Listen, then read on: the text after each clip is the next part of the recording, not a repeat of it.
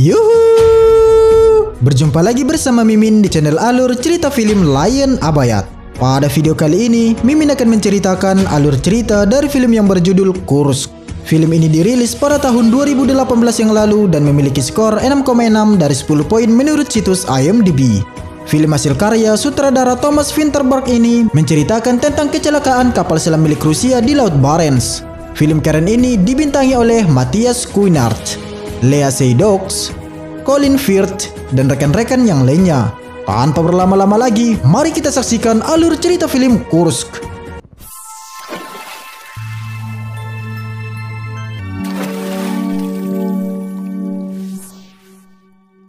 Film diawali dengan seorang anak yang bernama Misha sedang dilatih menahan nafas di dalam air oleh ayahnya yang bernama Mikhail Evrin. Ia merupakan anggota Angkatan Laut Rusia. Misha terlihat sangat bahagia karena berhasil mencetak rekor baru dari percobaan yang sebelumnya ia lakukan. Kita juga diperkenalkan dengan istri Mikhail, yaitu Tania, yang sedang mengandung anak kedua mereka. Keesokan harinya, Mikhail dan rekan-rekannya datang ke kantor pusat untuk menuntut gaji yang belum dibayar oleh pemerintah. Namun sayang, usaha mereka sia-sia. Mereka tidak mendapatkan hasil apapun dari kantor pusat.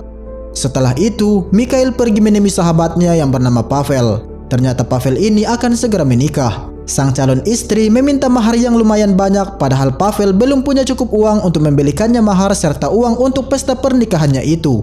Dengan solidaritas yang tinggi, Mikhail dan seluruh kru kapal lainnya kemudian patungan untuk membeli kebutuhan pernikahannya, namun nampaknya uang mereka masih belum cukup. Karena itu, Mikhail menjual jam tangan pelautnya untuk menambah kekurangan tersebut. Berkat solidaritas para angkatan laut, acara pernikahan Pavel pun akhirnya terlaksana.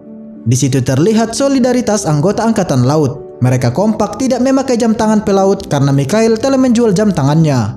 Di sana mereka juga menyanyikan Mars Laut sebagai ucapan selamat dan salam pamit kepada keluarga mereka karena mereka harus pergi bertugas esok hari. Pagi hari pun tiba. Kru kapal selam Kursk bersiap untuk berlayar. Mikhail ditugaskan sebagai kepala unit turbin 7. Kapal selam Kursk sendiri memiliki panjang 152 meter dan berat 17.000 ton serta membawa 118 awak kapal, dan kapal ini sendiri telah ditenagai oleh sistem tenaga nuklir. Sebelum berangkat, Mikhail meminta laporan pengecekan dan semua tercatat aman. Akhirnya Kursk pun lepas landas. Anak-anak dari para kru melepaskan kepergian ayah mereka.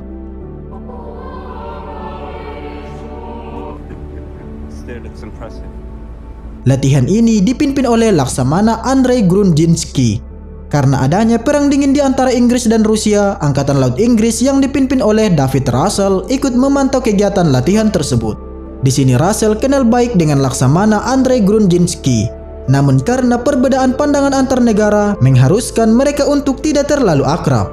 Mereka akan mengikuti latihan gabungan dengan 30 kapal perang Rusia lainnya di Laut Barents. Di tempat lain, ternyata tentara Angkatan Laut Inggris juga memantau latihan gabungan yang terdiri dari 57 kapal permukaan dan 3 kapal selam tersebut. Sementara di dalam kapal selam Kursk, terlihat Pavel dan Anton yang sedang mengecek di ruangan torpedo. Mereka merasa khawatir pada kondisi salah satu torpedo.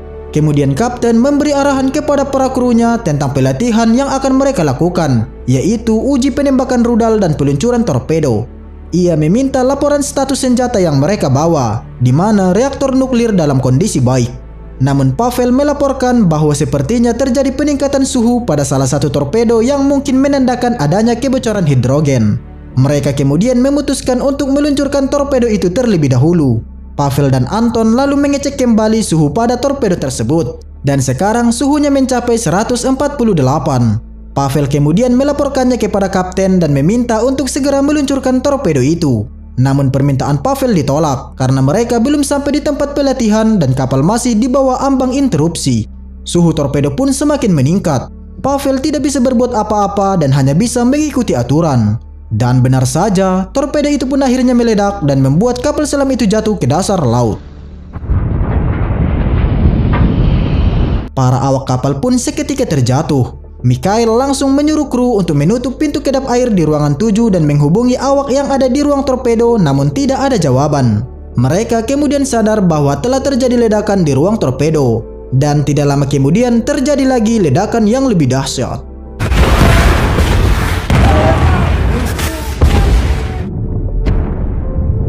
Akibat ledakan tersebut menewaskan sebagian besar kru dan juga merusak bagian penting dari kapal. Mikhail lalu menyuruh para kru memasuki ruang 9. Ia kemudian mengevakuasi semua kru yang selamat dan menyuruh untuk pergi ke sana. Di ruang 5, dia mendapatkan kabar dari Anton bahwa reaktor sedang meleleh karena pendingin darurat tidak berfungsi dan juga air yang masuk ke dalam kapal semakin meningkat. Anton memutuskan tetap di sana untuk menjaga agar nuklir tidak meledak meskipun nyawa taruhannya. Akhirnya para kru yang selamat berkumpul di dalam ruang 9. Dalam ruangan tersebut terdapat 23 kru yang selamat. Di situ mereka berencana untuk pergi menggunakan Palka. Tapi sebelum mereka pergi, Mikhail menyuruh krunya untuk menyisir seluruh ruangan dan membawa dokumen-dokumen penting yang ada di dalam kapal. Mikhail pun memberi instruksi kepada para krunya dan memerintahkan salah satu krunya untuk mengirimkan sinyal bantuan SOS dengan cara mengetuk badan kapal dengan palu sebanyak 4 pukulan per jam. Di sisi lain, Angkatan Laut Inggris yang juga memantau latihan gabungan tentara Rusia itu akhirnya menyadari jika kapal selam Kursk telah tenggelam. David yang melihat kapal selam Kursk mulai kehilangan sinyal. Ia lalu menghubungi markas armada utara Rusia yang dipimpin oleh Laksamana Grudzinski. Namun tidak ada respon apapun dari pihak Rusia. Sementara di Rusia sendiri, Grudzinski mendapat kabar bahwa terjadi 2 ledakan besar di dasar laut. Dan setelah diselidiki, ternyata itu adalah kapal selam Kursk. Air yang masuk semakin banyak karena pompa kapal yang rusak. Di sana mereka berusaha memperbaiki pompa walaupun mereka tahu kalau usaha itu hanya memperlambat karena air tetap bisa masuk. Angkatan Laut Rusia kemudian menurunkan drone untuk melihat apakah masih ada yang selamat. Namun terlihat dari kondisi kapal yang rusak parah membuat mereka berpikir bahwa tidak ada yang selamat. Di situ mereka belum bisa mendengar suara saat itu karena alat pendeteksi suara mereka rusak dan harus diperbaiki dulu. Kondisi kru yang selamat di dalam kapal semakin parah karena air laut yang dingin dan oksigen yang semakin berkurang. Karena reaktor nuklir yang mati, mereka tidak bisa menyalakan alat pengolah udara yang menghilangkan karbon dioksida dan menghasilkan oksigen. Hal itu akan membuat udara di dalam kapal akan menjadi asam dan oksigen berkurang. Di sana mereka harus menyalakan generator oksigen, namun pemantiknya ada di ruang 8 yang ada di bawah dan sudah penuh dengan air. Di sisi lain, tim penyelamat kembali melakukan penyisiran mendeteksi suara, namun tidak ada suara yang terdengar. Saat itu, Sasa, salah satu kru kapal Kursk yang diberi tugas untuk mengingatkan mereka untuk memberi tanda SOS, lupa untuk mengingatkan Mikhail, sehingga mereka melewatkan waktu untuk mengirim tanda SOS. Mereka segera memberi tanda, dan tim penyelamat pun menangkap suara yang mereka kirimkan. Akhirnya, mereka yakin bahwa masih ada yang selamat dan segera melaporkannya kepada Laksamana Grudzinski. Di tempat Angkatan Laut Inggris, mereka mengetahui jika Rusia sudah mengirimkan kapal penyelamat mereka. Dan pihak Inggris tahu jika kapsul penyelamat milik mereka lebih baik daripada milik Rusia. Namun pihak Rusia belum meminta bantuan kepada pihak Inggris. Di sana mereka sudah menduga hal itu pasti terjadi. Karena kapal Kursk menyimpan banyak rahasia seperti kriptografi, kemajuan sistem tenaga, dan banyak lagi rahasia Rusia di dalamnya. Namun pihak Inggris tetap menyiapkan bantuan evakuasi jika diminta. Di dalam kapal Kursk, Mikhail tahu kalau mereka harus segera mendapat suplai oksigen agar bisa bertahan hidup. Akhirnya Mikhail dan Sasa menyelam ke ruangan 8 untuk mengambil pemantik generator oksigen demi menyelamatkan para awak kapal.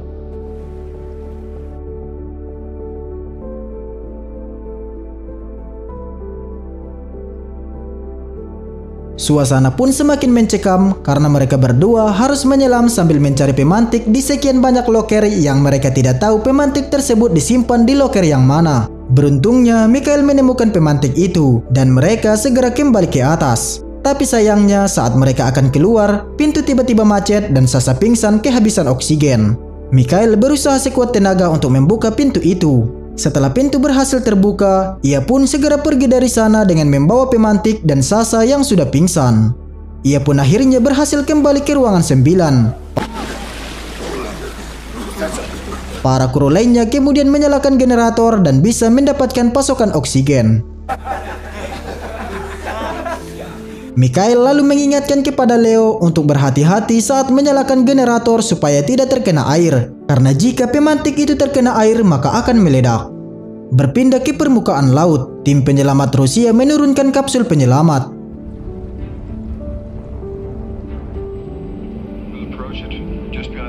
Mereka mendengar lagi tanda SOS dari awak kapal yang selamat. Kapsul penyelamat pun berhasil ditempelkan pada badan kapal Kursk. Para kru kapal Kursk lalu mendengar suara di atas kapal mereka. Mereka sadar jika bantuan telah datang. Di situ para kru gembira mengetahui bahwa mereka bisa keluar dan akan selamat. Namun sayangnya, kapsul bantuan itu kehabisan baterai, kemudian memutuskan untuk pergi dan mengisi baterai dulu. Para kru yang menyadari jika bantuan kembali naik tanpa membawa mereka menjadi marah. Namun Mikhail berusaha menenangkan mereka. Di kapsul penyelamat ternyata terjadi kerusakan. Ekor kapal rusak akibat terbentur dengan kapal selam Kursk, dan kapsul tersebut sudah berusia tua dan membutuhkan waktu 12 jam untuk isi baterai. Para kru kapal semakin putus asa karena tidak kunjung ada bantuan yang datang. Untuk mencairkan suasana, salah satu kru kapal yang bernama Oleg membuat sebuah cerita yang membuat semua awak kapal menjadi tertawa. 12 jam pun sudah dilalui. Tim penyelamat kembali mengirimkan kapsul penyelamat dan para kru kembali mendengarnya, namun mereka tidak berharap banyak dan hanya bisa mengetuk badan kapal untuk memberi sinyal bahwa mereka masih hidup. Kapsul penyelamat berusaha kembali menghubungkan kapsul itu dengan kapal selam Kursk. Namun karena kondisinya yang sudah tua, mereka kembali gagal dan kembali naik ke permukaan. Laksamana Grudzinski yang mengetahui kegagalan itu lagi akhirnya menghubungi David Russell. Grudzinski mengatakan kepada Russell bahwa kemungkinan ada 20-25 orang kru yang selamat. Hanya ruang reaktor yang utuh, selebihnya rusak parah. Grudzinski ingin ada bantuan dari Inggris, namun atasan Rusia belum menyetujui untuk meminta bantuan pihak manapun. Akhirnya Inggris, Prancis, Norwegia, dan Amerika mengadakan konferensi pers bahwa mereka menawarkan bantuan LR-5, yaitu kapal penyelamat canggih yang dimiliki mereka dan segala bantuan yang dibutuhkan oleh Rusia. Bahkan bantuan itu akan menjadi peredam perang dingin Rusia dengan negara lain. Namun di siaran lain, Laksamana Petrenko justru mengeluarkan statement bahwa Kursk tenggelam karena ada benturan dari kapal asing dan agresivitas dari NATO. Dan tawaran bantuan dari negara lain pun tidak mendapatkan jawaban dari pihak Rusia. Sementara di dalam kapal, baterai untuk pompa air hampir habis dan akan membuat air akan terus naik masuk. Salah satu kru bernama Maxim mengalami hipotermia dan nekat mencoba keluar untuk berenang ke permukaan. Namun dicegah oleh Mikhail karena hal itu dapat membahayakan dirinya sendiri.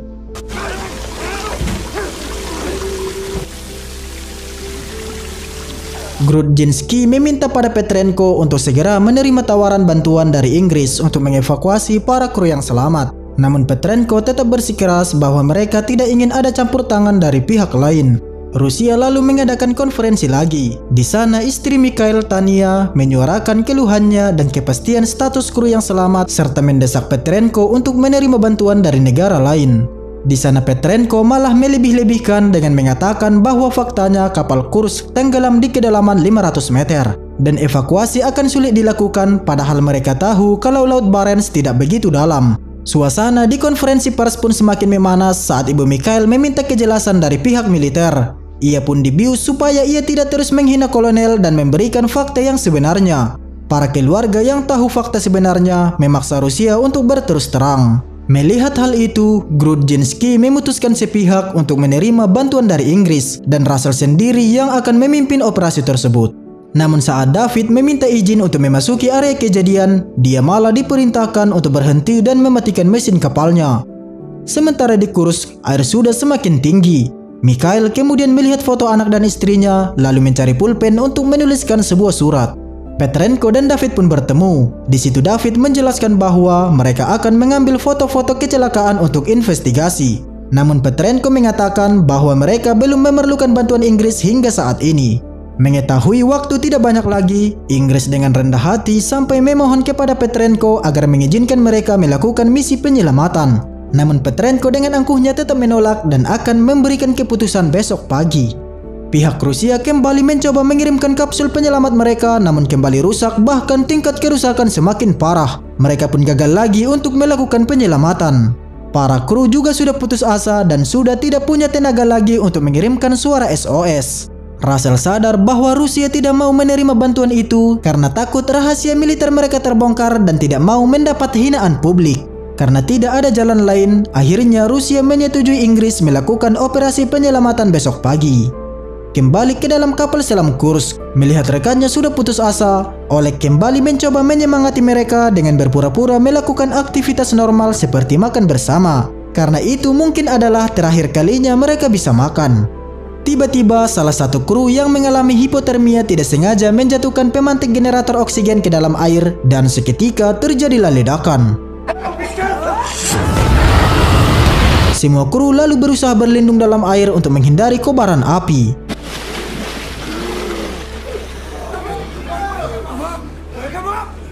Karena ledakan itu, oksigen di dalam kapal semakin menipis dan tersisa beberapa menit saja. Menyadari mereka tidak akan terselamatkan, Mikhail kemudian mengucapkan kata-kata terakhirnya dan mereka lalu menyanyikan Mars Pelaut. Di sisi lain, alat penyelamat Inggris segera dikirim untuk melakukan evakuasi. Para penyelam Inggris diturunkan dan berusaha membuka badan kapal Kursk. Di sana mereka harus memastikan bahwa pintu air tidak akan banjir karena semakin membahayakan kru di dalamnya. Para penyelam kemudian masuk ke dalam kapal tersebut. Lalu mereka dikejutkan bahwa semua ruangan sudah dipenuhi dengan air. Dan 23 kru yang sebelumnya selamat, mereka semua tewas tenggelam dan kehabisan oksigen. Mereka semua gugur dan tidak berhasil selamat. Scene berlanjut di gereja di mana Misa, anak Mikhail, memandangi foto ayahnya dan rekan-rekannya yang gugur sebagai pahlawan bangsa. Upacara berkabung diadakan dengan Tanya memberikan pidato tentang catatan terakhir yang ditinggalkan suaminya yang berisi tentang bagaimana suaminya ingin hidup lebih lama dan ingin mengasuh anak-anak mereka. Di tengah iringan lagu sedih, nampak Misa menyimpan kemarahan mendalam kepada Laksamana Petrenko karena sikap arogannya yang membuat ayah Misa tidak terselamatkan. Petrenko kemudian menyelami anak-anak yang ditinggalkan. Akan tetapi ketika dia sampai di depan Misa, Misa enggan untuk bersalaman dengan si Petrenko dan hal itu pun diikuti dengan anak-anak lainnya. Pada saat istri dan anak Mikhail pulang, di tengah jalan mereka ditemui oleh salah satu teman Mikhail. Lalu temannya mengatakan kepada Misa bahwa yang dilakukannya tadi adalah hal yang paling berani. Dia kemudian memberikan jam tangan miliknya kepada Misa yang merupakan jam tangan milik Mikhail yang sebelumnya jam tangan itu dijual. Di bagian terakhir film menunjukkan fakta bahwa para kru kapal selam Kursk meninggalkan 71 anak dan foto dari kapal selam yang sudah rusak. Dan akhirnya kita telah selesai menyaksikan alur cerita film Kursk ini guys. Semoga kalian terhibur. Jika suka dengan video ini silahkan tekan tombol subscribe dan share-nya. Saya pamit undur diri, sampai jumpa di video saya selanjutnya. Bye bye.